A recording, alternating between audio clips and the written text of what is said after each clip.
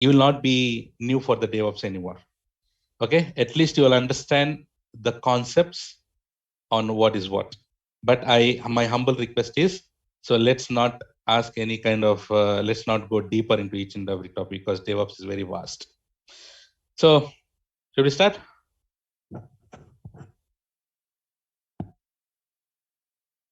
Okay.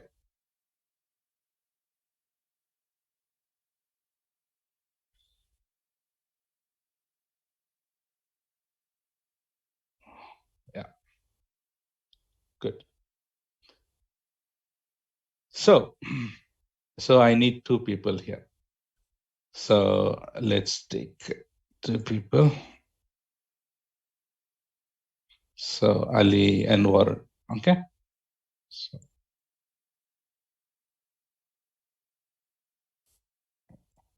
so assume this is Mr. Ali, and this is Warren. Okay.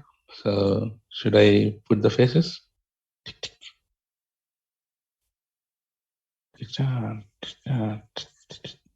Happy faces.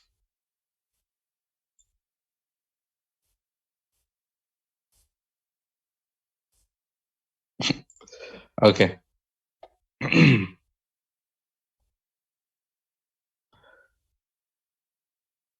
Yeah. Take care, Avinash. Don't worry, everything will go smooth. Okay, just imagine this guy is a developer. Okay. And this is operations guy. Okay, operations guy.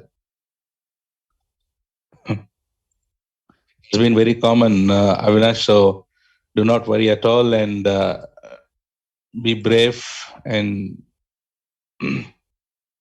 take good rest. Right, nothing to be worried about. You will be well soon. Yeah. Okay, so let's continue, guys. So let's say, for example, we have two people here. One is Ali, who is developer, and Varun, who is operations guy. So now what I said is, I said that, hey, can you go and set up one application, right? So what they did was they have set up a server. Okay, they have set up a server, and what he did is generally, if I have asked them to go and set up and deploy the application, can you tell me who will do that? Is that Varun or Ali? Varun. So Varun has, what did he was, he set up a server and he has deployed an application here. That's good, right? So boom.com is a website. Everything is working fine. Everything is working fine. Now all of a sudden, customer has, when I want to put the customer, because I know I'll be dealing every day with the customer. It looks like this.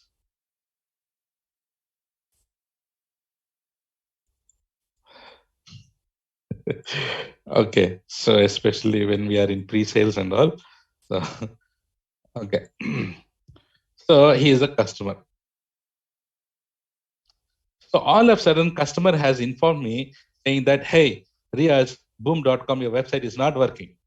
Website is not working. So they have informed me, and immediately I came here and I saw two people are here, Ali and Varun. Can you tell me to whom I should ask whether my website is not working? To whom I should ask? Is it Ali or Varun? So I have asked, as you said, I have asked Varun. What he did was, Varun has immediately said that, sure, sir, let me check. And he went and logged in. He went and logged into the server. He went and logged into the server and he checked. And he checked and he said, like, sir, everything is working fine. I have logged into the application, logged into the server. Everything is working good as expected. Maybe that might be something wrong with the application. So now you tell me, is Ali interested to log into the server? Is Ali is interested to log into the server?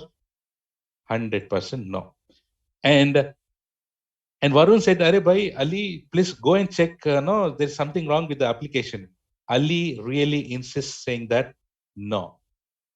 But he'll use one dangerous word, which is it is working on my local machine. This is the dangerous word that these developers always say. Always say this. Arey bhai, see dear, it's working on my local machine. Doesn't matter. The same code I have given, and you do whatever you want to do. It's working on my machine. So Varun will say that, hey, up on the server side, everything is working, everything is good. Maybe something wrong with the application. No, it is working on my local machine. So guys, since then, a game will start. Blame game starts. Ali will say that Varun is not checking. Varun is saying that Ali should check. And Ali said that there's something wrong with the server. And Varun will say that no, definitely there's something wrong with the application. So guys, when the blame game starts here, they are blaming each other, but customer is the one who is eating me here. So can I say this? There is some Olympic game is happening here in my company. So customer, please wait, who will win? Can I say this to him? No. No. So the thing is here, customer cannot wait for it. So whatever you guys do, you die or you do whatever you do, the website should be, application should be up and running. Doesn't matter what kind of games that you play inside. So as a company head, as a team lead or as a manager, me, guys, Ali is not helpful here and Varun is not also helpful here. So what do I get in my mind? I have a developers, I have a operations guy, but this guy, developers, is not helping me on this place, and operations guy is not helping me. But I need someone who can handle both. This developer plus operations. And that's why we call it as DevOps.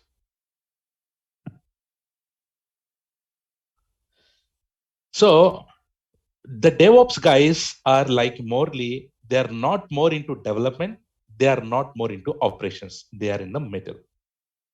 So these DevOps guys are required to do certain kind of operations. Let's see what are the things. So how is the DevOps now in boom? I'll say, let's say, for example, this is the on-premises. Okay, this is on-prem. So this, we have the DevOps people. Guys, all these DevOps people, they are managing the servers here in on-premises. All these DevOps people are managing the servers in on-premises. Now, everyone are moving from on-premises to where? To our beautiful AWS, correct? Everyone are moving to AWS. So now, same DevOps, whatever they're doing it in on-premises, now they will be doing on AWS. So the good thing here is the good combination is AWS with DevOps is a very good combination in the market. Anyways, you have learned AWS from me, and the next stop for you would be the DevOps and followed by Python.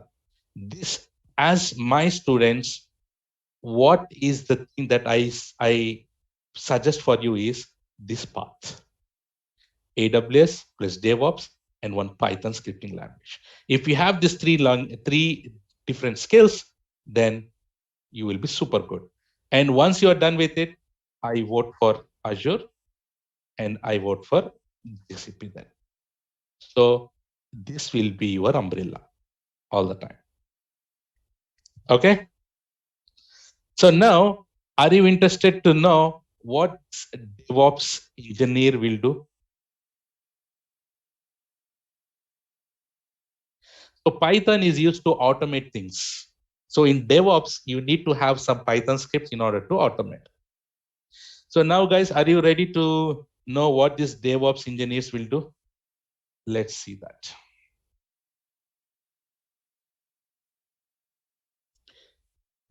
All right. So you all very well know that we will be deploying our applications in. We'll be deploying the application on EC2 instances. Correct, City? We'll be deploying our applications and EC2 instances. Okay, now is that correct or not?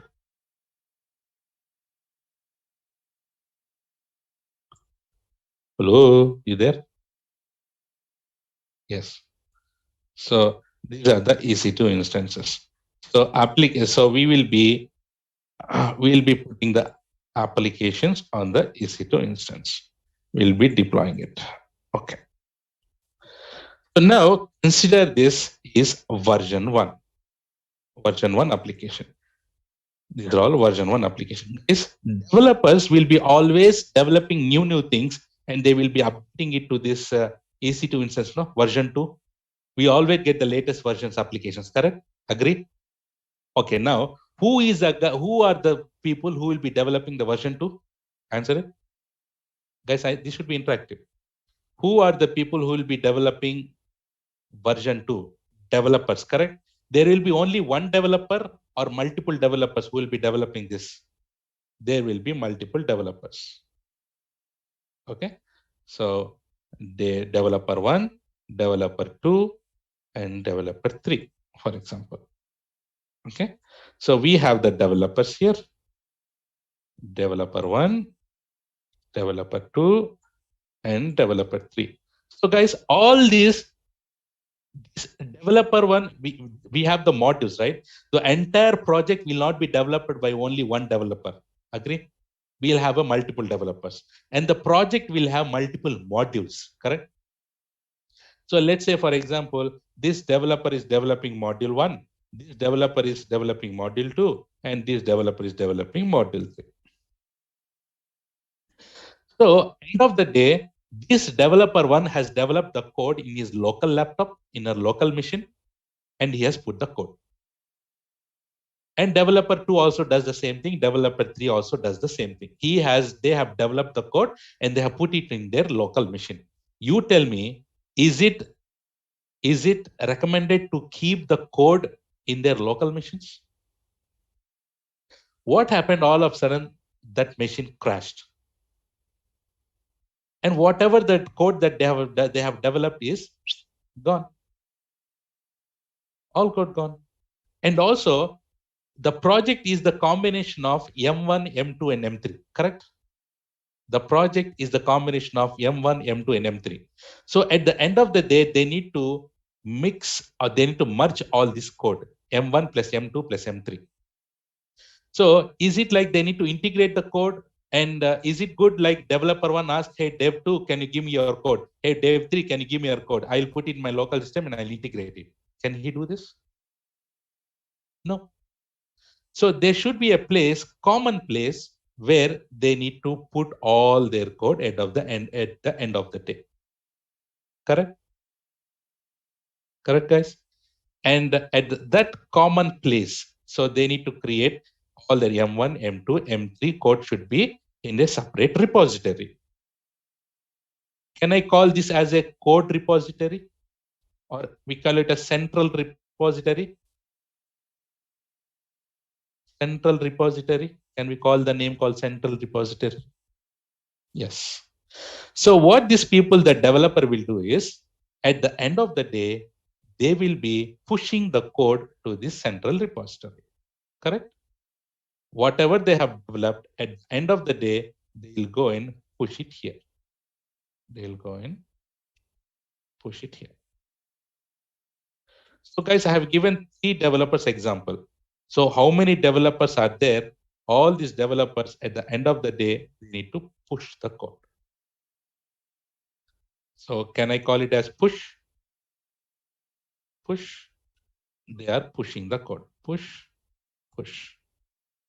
Okay. Now a new developer 4 has come in to join the team. Okay. Dev 4. So can you tell me, he need to have the latest code. So will he beg developer 1, developer 2, and developer 3 to get the latest code?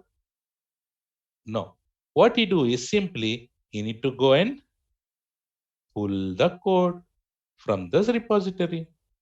Correct? Does he need to ask anyone? No need. He just need to pull it. He just need to pull it.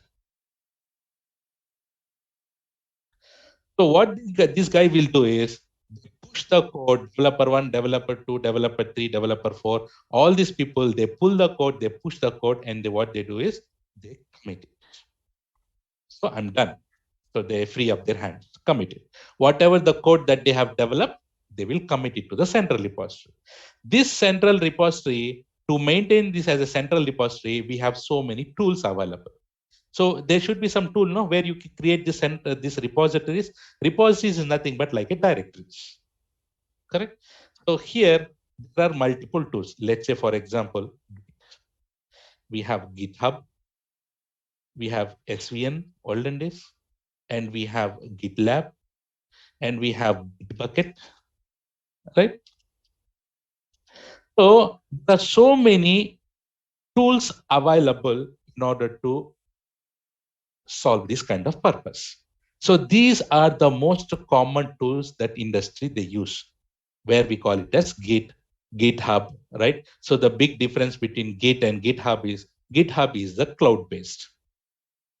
So Git meaning you need to install the Git on the one machine. Guys, this is machine only, no? So you install, you set up a one machine and install a Git and you create a repositories and manage it. But you need to manage it a lot, no? Because that is a server. So if you don't want to manage, you go to the GitHub. GitHub is a cloud-based where you just need to go ahead and click on create repository. Repository will be created and all the commands. So guys, in Git, there will be commands where you push, you pull, you clone, you commit, correct? So this is called source code management. In shortcut, we call it as SCM. Source code management. Where you manage all your code, it's a centralized source code management. This is called source code management. Okay, now tell me, where is your latest code? In the central repository, correct? Guys, where is your latest code? In your central repository. Okay, now developer 5 has or developer 4 has just joined and he has developed some nasty code. Can he push directly to that master repository, master repo? Is that good, guys? Tell everyone, guys, non-IT, it's normal thing. Is it good to directly push it to the master? No. So guys, no one is allowed directly to push it to the master. For that reason, guys, this guy will pull the code and he will be developed in his own something called branch. So we have a concept called branches. So you create something called branch 1, branch 2, and each developer will create their own branch like this. And then M1 will be developed here in this branch, M2 will be developed in this branch, M3 will be developed in this branch. Guys, and let's say, for example, now you have developed all this. Now you have developed it. Your code is done. Your code is done. Now, this branch, now M1 is completed, M2 is completed, M3 is completed. The code is there in M1, branch 1, branch 2, branch 3. And their individual branches, they need to merge the code to the master. Yes or no? They need to push the code or merge the code to the master. Yes, we use the word called merge. Can you go ahead without permission? Can you merge it to the master? Without permissions or without review, can you merge to the master? Definitely no. So your team lead or whoever will be there, they will be the reviewer. So reviewer will be there. So they review their code, then it will be merged.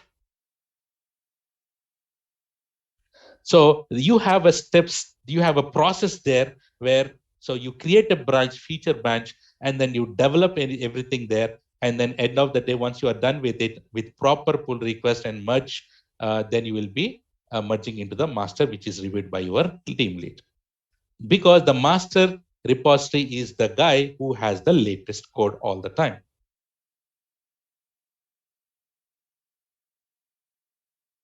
Make sense? Do you understand the concept of source code management here? Okay. Now, the latest code is in the master. Now, guys, the latest code is there. So we have next phase. DevOps is a kind of phases, guys. The next phase, what we have is build phase. Next phase, we have build. We have a concept called build. We need to build the code, no? For building the code, you have so many tools available. So mainly Maven and the old one, Gradle, and people also use Jenkins. There's so many tools available, guys. There are so many tools available. So they will build it. So once the build is done, guys, let's say once the build is passed, that is good. But you can call it as build is passed or build is success. Or if the build is failed, you have two options. One, the build will pass or success, or build will fail. So if the build fail, guys, will it move forward? No. If the build fail, again, it will get informed to your developer saying that, Babu, hey dear, the build is failed. There is something wrong in your code. And they will check it. So if build is passed, then guys, someone we should do the testing, no? Guys, someone should do the testing.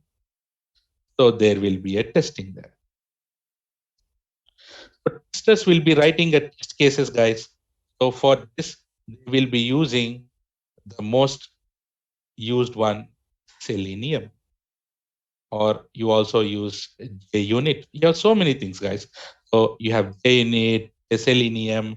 So these testers will write so many kind of test cases on your code. And the test cases should be passed. So once the testing is done and everything is good, then you have your refined code, which should be stored somewhere, correct? So that is called, yes, Cucumber also we have. So artifacts, we call it as artifacts.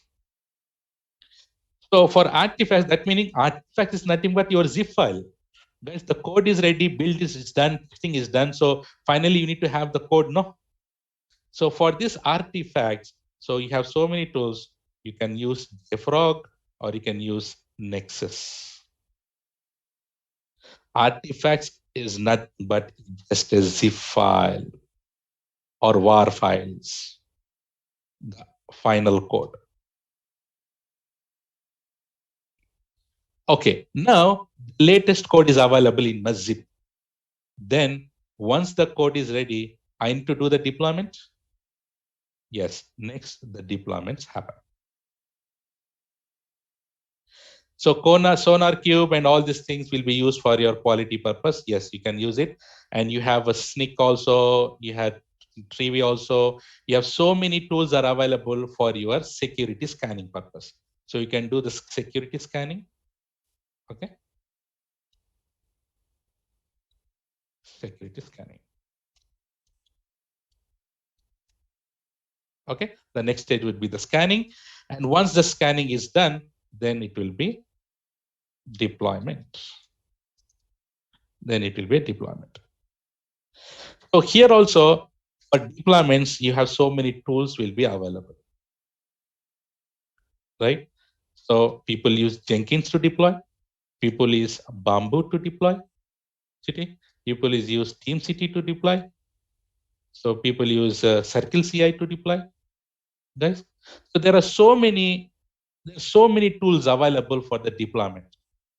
So here also you have the stages, guys, where to deploy. Whether you want to deploy it in dev and test it, whether you want to once the testing is done on the dev, it will be moved to UAT, and then you need to push it to prod. So you have these stages. You do the deployment on the dev and ask your QA team to test everything, and then it will push it to the UAT. UAT is like you call it as pre-prod, where all your latest code will deployment is happening there, and you ask your customer to do the quick checks on UAT, and if everything is good, then you deploy it on prod, which will be used by the customers. So the deployments will be happening from here. These tools from deployments will happening to the EC2 instances.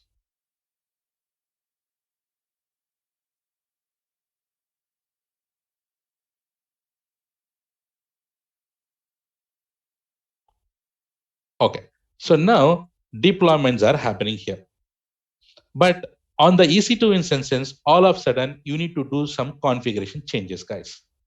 You need to do the configuration changes. You need to change some file. You need to install, you need to uninstall, you need to do sim, you need to change some files. So basically, we have something called configuration management tools. So for doing these configurations, right, for all your machines, you have very, very commonly used something called Ansible.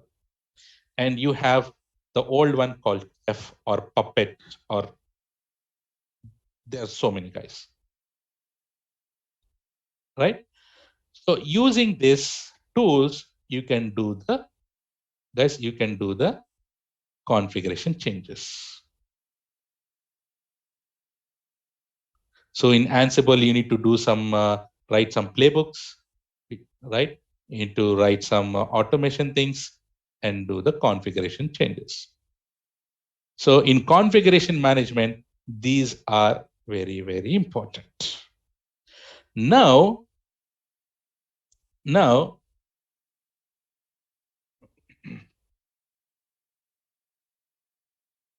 guys, here now, there is something called, okay, now you need to launch an EC2 instances, you need to set up load balancer, you need to do all this stuff, right? So you guys are going and then manually creating all this. You are launching manually EC2 instance, you're launching manually load balancer, you are setting up RDS, you are doing everything by yourself manually from console, you are doing it. But guys, if you want to automate all these things, you need to write a code, and that is called IaaC. So that meaning infrastructure as a code, infra as a code.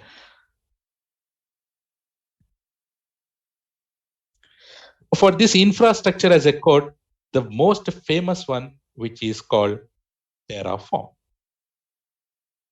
And in cloud, you have something called, in the AWS, you have something called CloudFormation. But this Terraform is not related to AWS.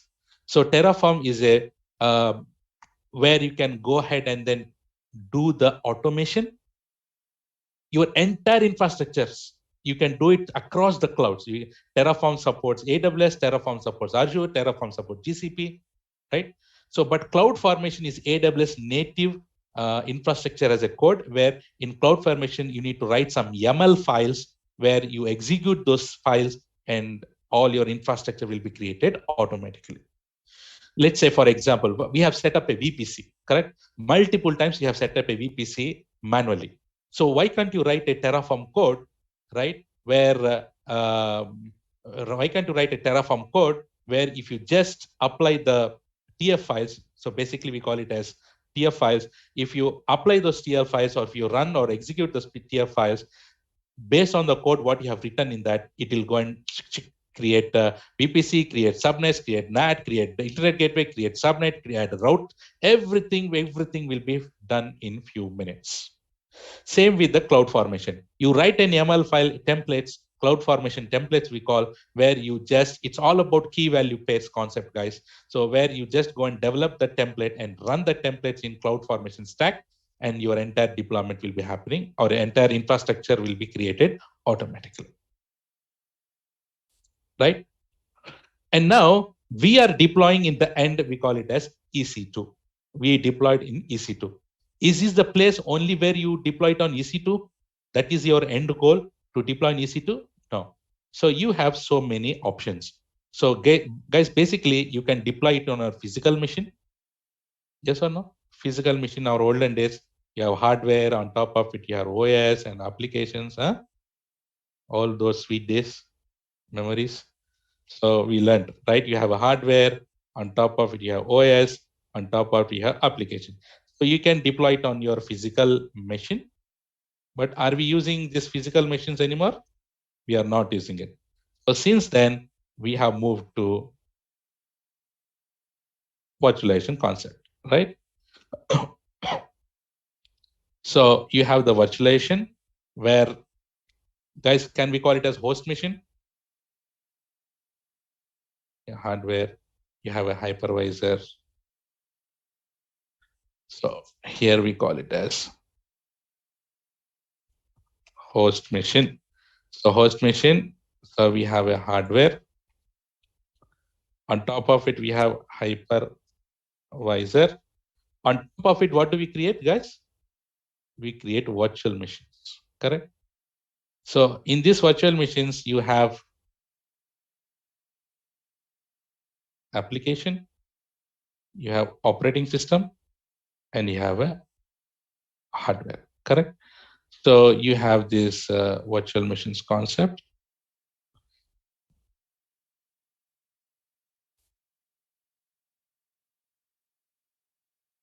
Yes. So you have the host machines. So your end application can be in this virtual machines, correct, guys? So that virtual machines concept is nothing but our EC, these are all our EC2 instances, correct, guys, on AWS? Yes or no? So you are deploying it on a physical machine, or you can deploy it on your EC2 virtual machines, correct? So guys, now we have we got a latest technology on top of it. Instead of deploying, now you can deploy it on EC2 also, which is a virtual machine. Otherwise, we have a concept recently, not recently, we have got a new concept, which is called, you have a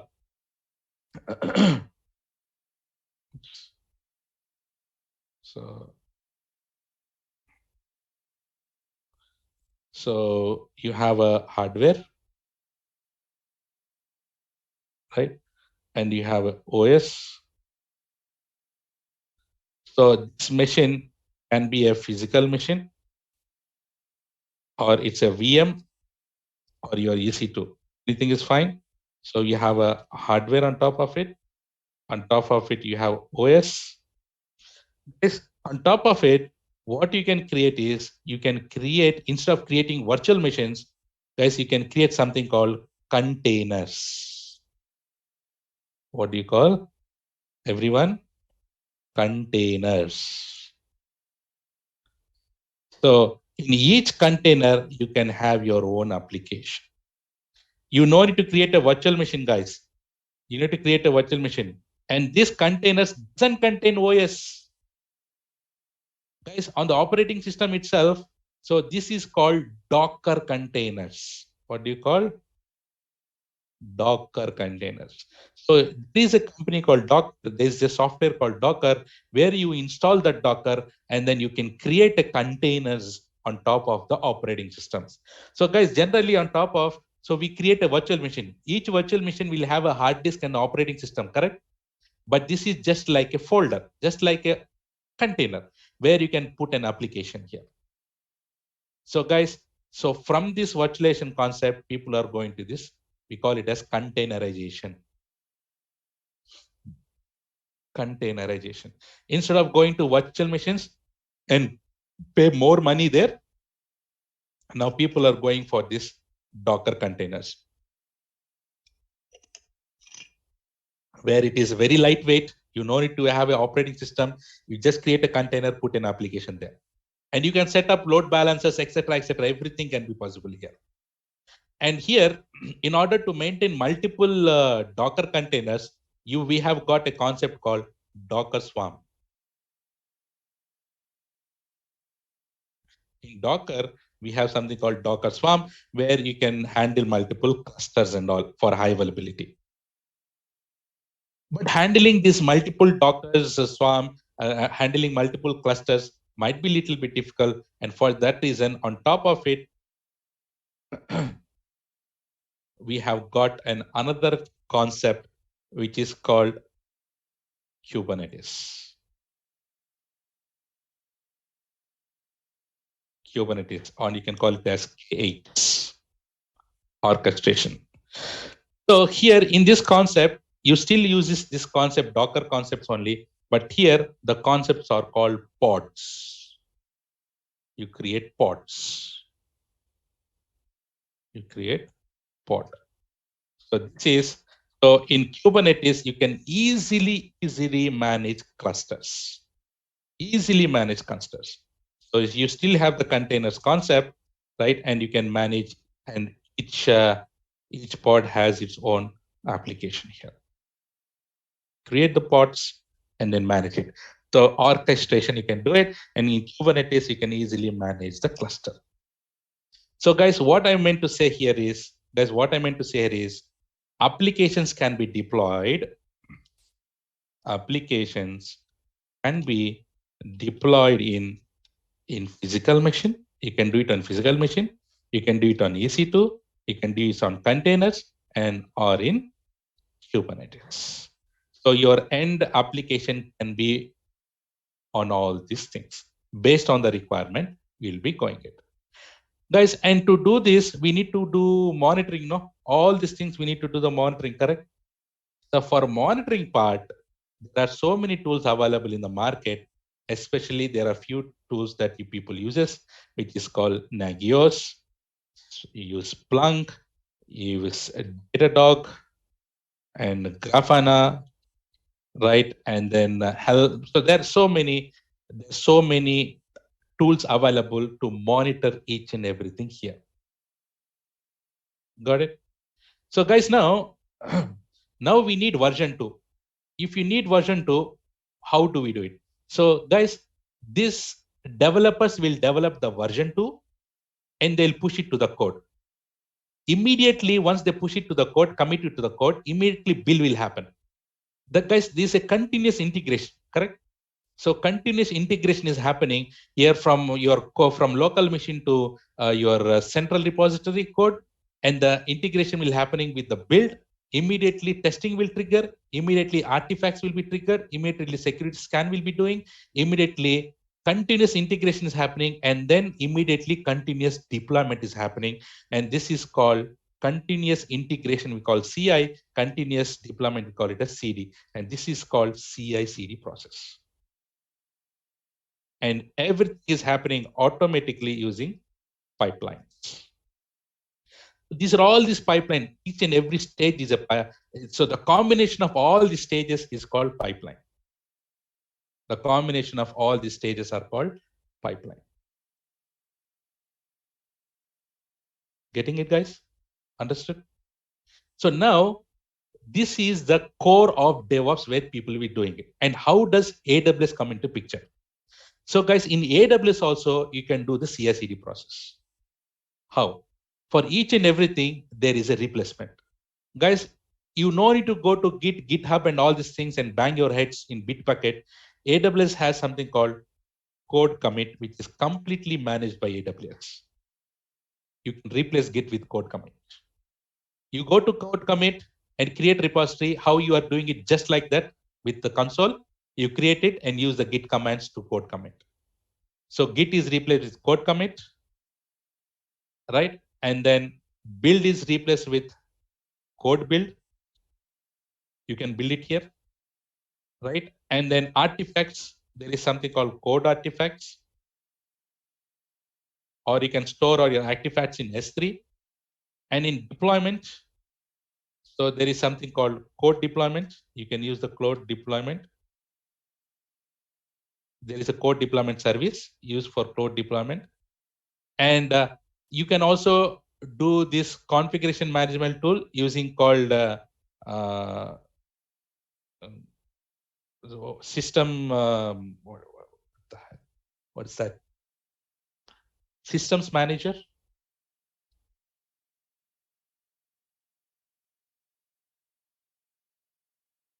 Right?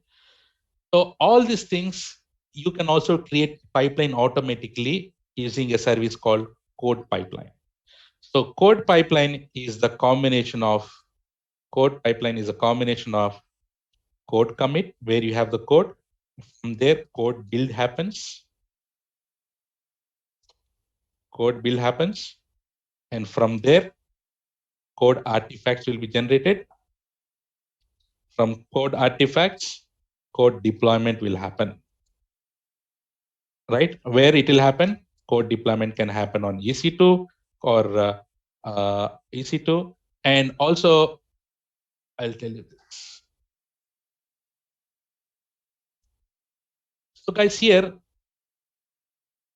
this Docker concept, guys, you need to install, you need to set up a EC2 instance. There you need to install Docker. There you need to go and set up everything. No, there is a service called ECS, which is called Elastic Container Service. So which will replace the Docker. It is self-managed. You create the containers there directly and you can use it. And EKS is replaced with EKS. Kubernetes is replaced with EKS, which is called Elastic Kubernetes Service. Right? So for each and everything, there is a replacement. And in here in EC2, you can push it to EC2 or ECS or EKS. It's up to you. Guys, this is DevOps and also AWS with DevOps in nutshell, in my style. Guys, do you got the overall picture of DevOps now? How is it? People will die for integrating they want to see everything in one shot. So nowhere you see all these things.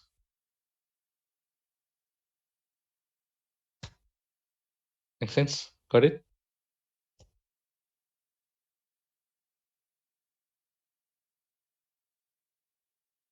Yes.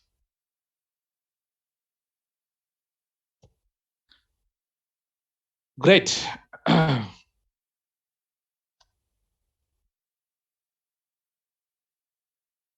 Super. So I'm just stopping my screen share for a second. Just a second. Yeah, just want to take. Okay, so okay. So guys, now, so never expected this, or you did it. Thanks a lot. Huh? Okay. Guys, so whatever I have committed, I have delivered. So by this concept, so I have done my part, right? So there are many people asked to unmute. So guys, what I'll be doing is now is I'll unmute it, right? I unmute it, and then let's not talk anything related to technical. We have, since these 55 days, we were learning technical things. So let's talk what you feel. Okay.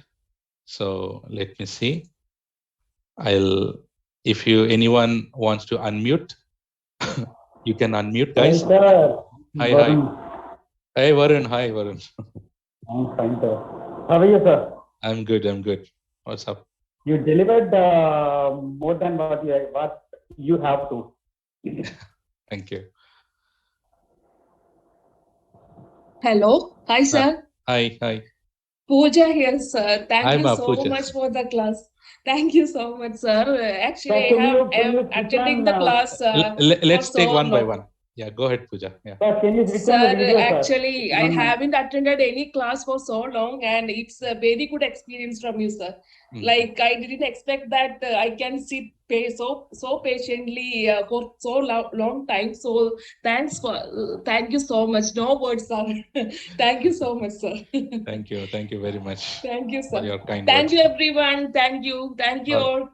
All the best, Pooja. Yeah, next. Thank you, sir.